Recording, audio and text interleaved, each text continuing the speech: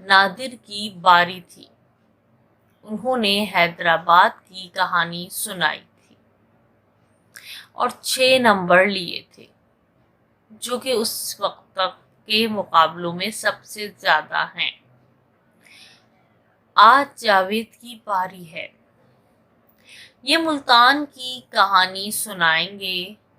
آپ کو معلوم ہے کہ کہانی سنانے کے دوران اگر جاوید کوئی بات غلط بتائیں یا بھول جائیں تو ان کے نمبر کٹ جائیں گے۔ پھر جاوید سے مخاطب ہو کر بولے، آپ کہانی شروع کریں۔ جاوید: ملتان کی کہانی جتنی پرانی ہے اتنی دلچسپ بھی ہے۔ اس شہر نے سکندر اعظم، محمد بن قاسم، چنگیز خان، محمود غزنوی اور تیمور جیسے مشہور فاتحین کی شان و شوکت دیکھی ہے۔ یہی نہیں بلکہ اس شہر نے تمام مغل شہنشاہوں کا جاہ و جلال بھی دیکھا ہے۔ اسٹوڈنٹس، یہ آپ کو ملتان کی کہانی بتائی جا رہی ہے آج، جو کہ ایک ڈرامائی شکل میں سٹارٹ کی گئی ہے کلاس روم سے، کہ ایک بچہ جاوید کہانی سنا رہا ہے ملتان کی، جو کہ چھوٹا سا ایک کمپٹیشن کلاس میں رکھا گیا ہے کہ ہر ہفتے کوئی بھی اسٹوڈنٹ پاکستان کے کسی مشہور شہر کے بارے میں بتائے گا تاکہ تمام اسٹوڈنٹس اس سے مستفید ہو سکیں۔ تو جاوید نے ملتان کی کہانی سنائی۔ ملتان کی کہانی کہہ رہے ہیں اتنا ہی پرانا شہر ہے، ملتان کافی پرانا شہر مانا جاتا ہے، جہاں پر اس شہر میں سکندر اعظم، محمد بن قاسم، چنگیز خان، محمود غزنوی اور تیمور جیسے مشہور فاتحین کی شان و شوکت دیکھی۔ یہ وہ فاتحین ہیں جنہوں نے ملتان فتح کیا اور وہاں پوری شان و شوکت کے ساتھ حکومت کی۔ یہی نہیں بلکہ اس شہر نے تمام مغل شہنشاہوں کا جاہ و جلال بھی دیکھا ہے۔ مغلوں کے بعد یہاں انگریزوں کا قبضہ ہوا۔ انگریزوں کی حکومت کے خاتمے پر جب ملک آزاد ہوا تو ملتان پاکستان میں شامل تھا۔ ملتان قدیم زمانے میں بھی بہت مشہور تھا۔ بڑے بڑے سیاح مثلاً ابن بطوطہ، ہوان سانگ، المسعودی اور البیرونی کے سفر ناموں میں ملتان کا ذکر خاص طور پر کیا گیا ہے۔ 3 مشہور بادشاہ احمد شاہ درانی، محمد تغلق، بہلول لودھی بھی اس شہر میں پیدا ہوئے تھے۔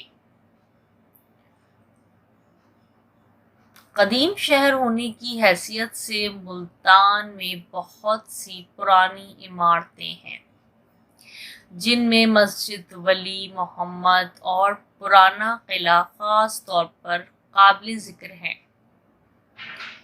اس قلعے میں شیخ بہاؤالدین زکریا ملتانی، شاہ رکن عالم، حضرت شمس سبزواری اور شیخ یوسف گردیزی کے مقبرے ہیں۔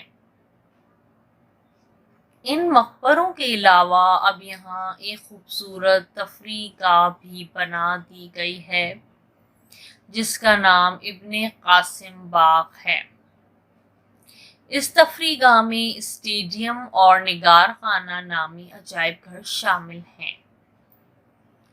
اب یہاں بتایا گیا ہے مغلوں کے بعد یہاں انگریزوں نے قبضہ کر لیا اور انگریزوں کی حکومت کے خاتمے پر جب ملک آزاد ہوا ہے تو ملتان کو پاکستان کا حصہ بنا دیا گیا۔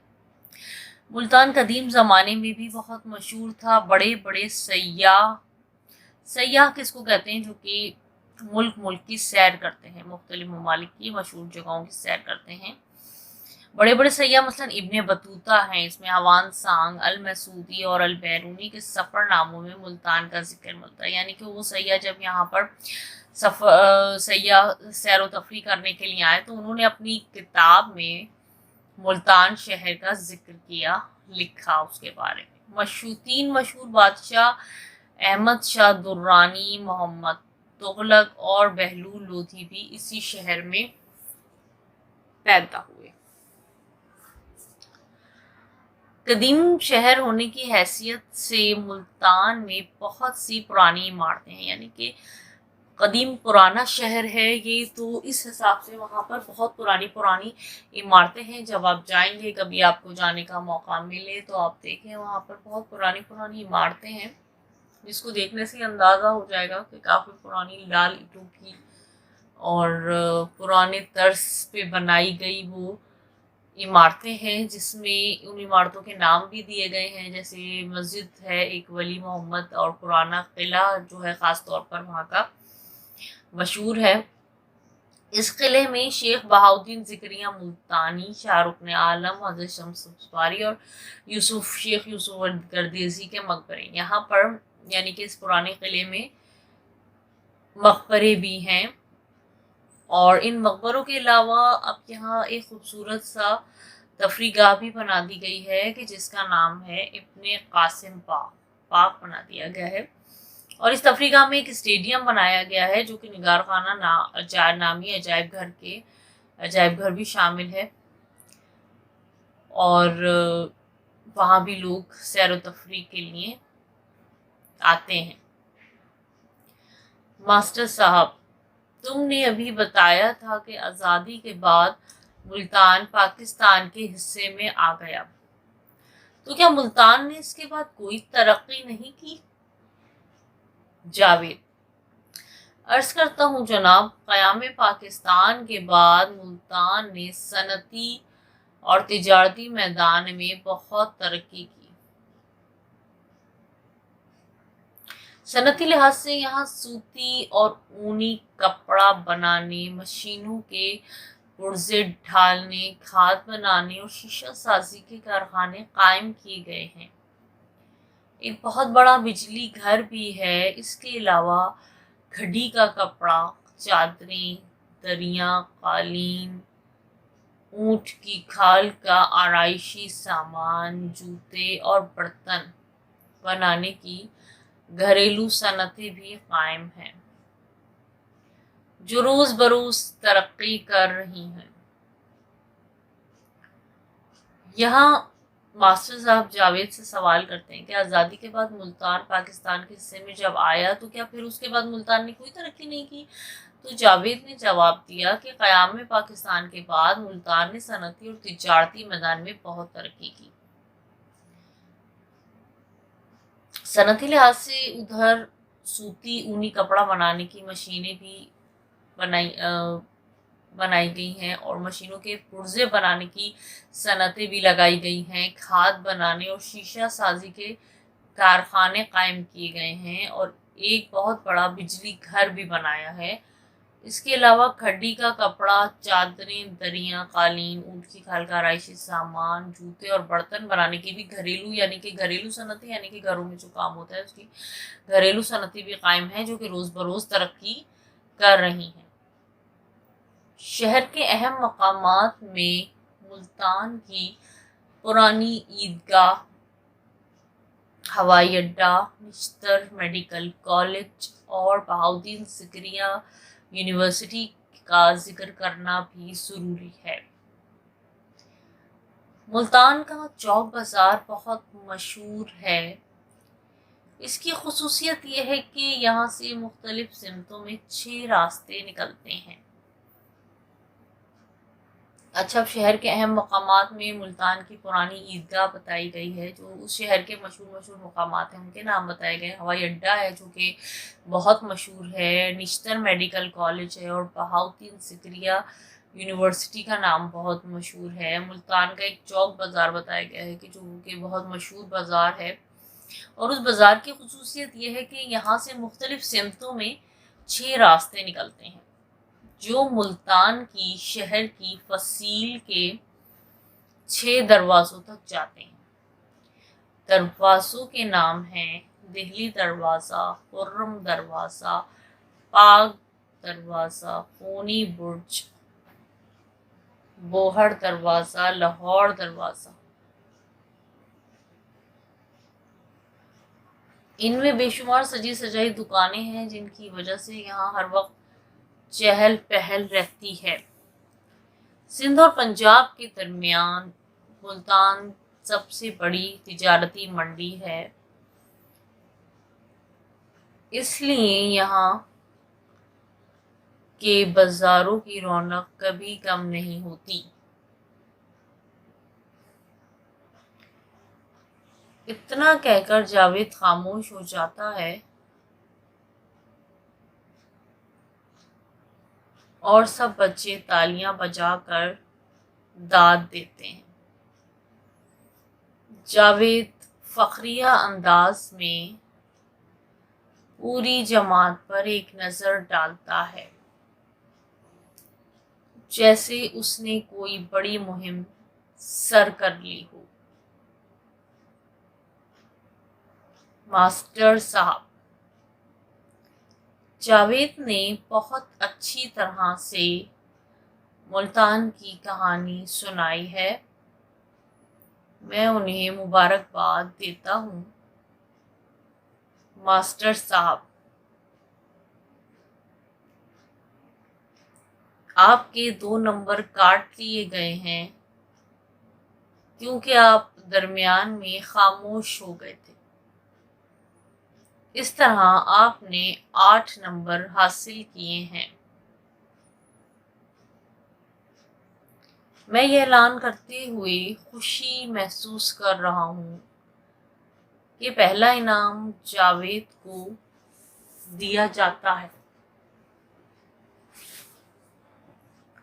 اب یہاں بتایا گیا تھا کہ وہاں ایک بازار ہے جو کہ اس میں سے 6 دروازے نکلتے ہیں اور ان دروازوں کے الگ الگ نام بھی ہیں، جن میں دہلی دروازہ ہے، خرم دروازہ ہے، پاک دروازہ، خونی برج، بوہر دروازہ، لاہور دروازہ کے نام سے مشہور ہے۔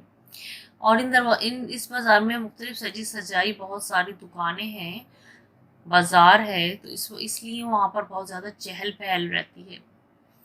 سندھ اور پنجاب کے درمیان یہ ملتان سب سے بڑی تجارتی منڈی ہے، اس لیے یہاں کے بازاروں کی رونق کبھی بھی کم نہیں ہوتی، کیونکہ یہ سندھ اور پنجاب کے درمیان میں۔ اتنا کہہ کر جاوید خاموش ہو جاتا ہے، یعنی کہ اس نے اپنی کہانی سنا دی اور سب بچوں نے تالیاں بجا کر اس کو داد دی۔ جاوید فخری انداز میں پوری جماعت پر ایک نظر ڈالتا ہے، جیسے کہ اس نے کوئی مہم سر کر لی ہو، یعنی کہ اس نے کوئی بہت بڑا کام کر رہا ہو، کوئی بہت بڑا کام سر انجام دیا ہو۔ ماسٹر صاحب نے بتایا کہ جاوید نے بہت اچھی طرح سے ملتان کی کہانی سنائی اور انہوں نے جاوید کو مبارکباد بھی دی۔ ماسٹر صاحب، آپ کے 2 نمبر کاٹ لیے گئے ہیں۔ ماسٹر صاحب نے بتایا کہ اس کے 2 نمبر کٹ گئے، وہ اس لیے کیونکہ وہ کہانی سناتے سناتے بیچ میں تھوڑی دیر رک گیا تھا، یا تو بھول گیا ہوگا شاید۔ تو ماسٹر صاحب نے جاوید کے 2 نمبر کاٹ لیے، تو اس کے بعد اس کو 8 نمبر دیے گئے، اور پھر ماسٹر صاحب نے اعلان کیا کہ جاوید کو پہلا انعام دیا جاتا ہے، کیونکہ جو اس سے پہلے بچہ تھا جس نے لاسٹ ویک اسٹوری سنائی تھی حیدرآباد کی، تو وہ 6 نمبر لیے تھے اس نے، اور اس کے جاوید کے نمبر 2 نمبر زیادہ تھے۔ تو اس طرح جاوید اس بچے سے آگے نکل گیا نمبروں میں اور اس کو پہلا انعام دیا گیا۔ امید کرتی ہوں اسٹوڈنٹس کہ آپ کو بہت ہی اچھے سے یہ سمجھ آیا ہوگا، آپ نے پڑھا ہوگا اور آپ کے لیے بہت بینیفیشیل رہے گا۔ آپ دوبارہ سے ریڈنگ کریں، گھر میں آپ بیٹھیں دوبارہ سے ریڈنگ کریں، اپنا اسکیجول بنائیں اور ضرور پڑھائی کو ٹائم دیں۔ اور جیسے کہ ابھی آپ کی رمضانوں میں تو بہت اچھی روٹین ہوتی ہے، صبح سحری کر کے سوتے ہیں، پھر اٹھتے ہیں، اپنی روٹین بنائیے اور دوپہر کو سوئیں اور صبح میں ضرور اپنا پڑھائی کا ٹائم 1-2 گھنٹے ضرور اپنی پڑھائی کو دیجیے تاکہ آپ پڑھائی سے بھی ان ٹچ رہیں. اور اگر کہیں آپ کو کوئی مشکل پیش آتی ہے تو آپ اپنی ٹیچر سے ضرور پوچھ سکتے ہیں اور پوچھیں تاکہ آپ کو کوئی پریشانی پڑھائی میں نہ ہو. نیکسٹ ویڈیو تک کے لیے اجازت دیجیے. اللہ حافظ.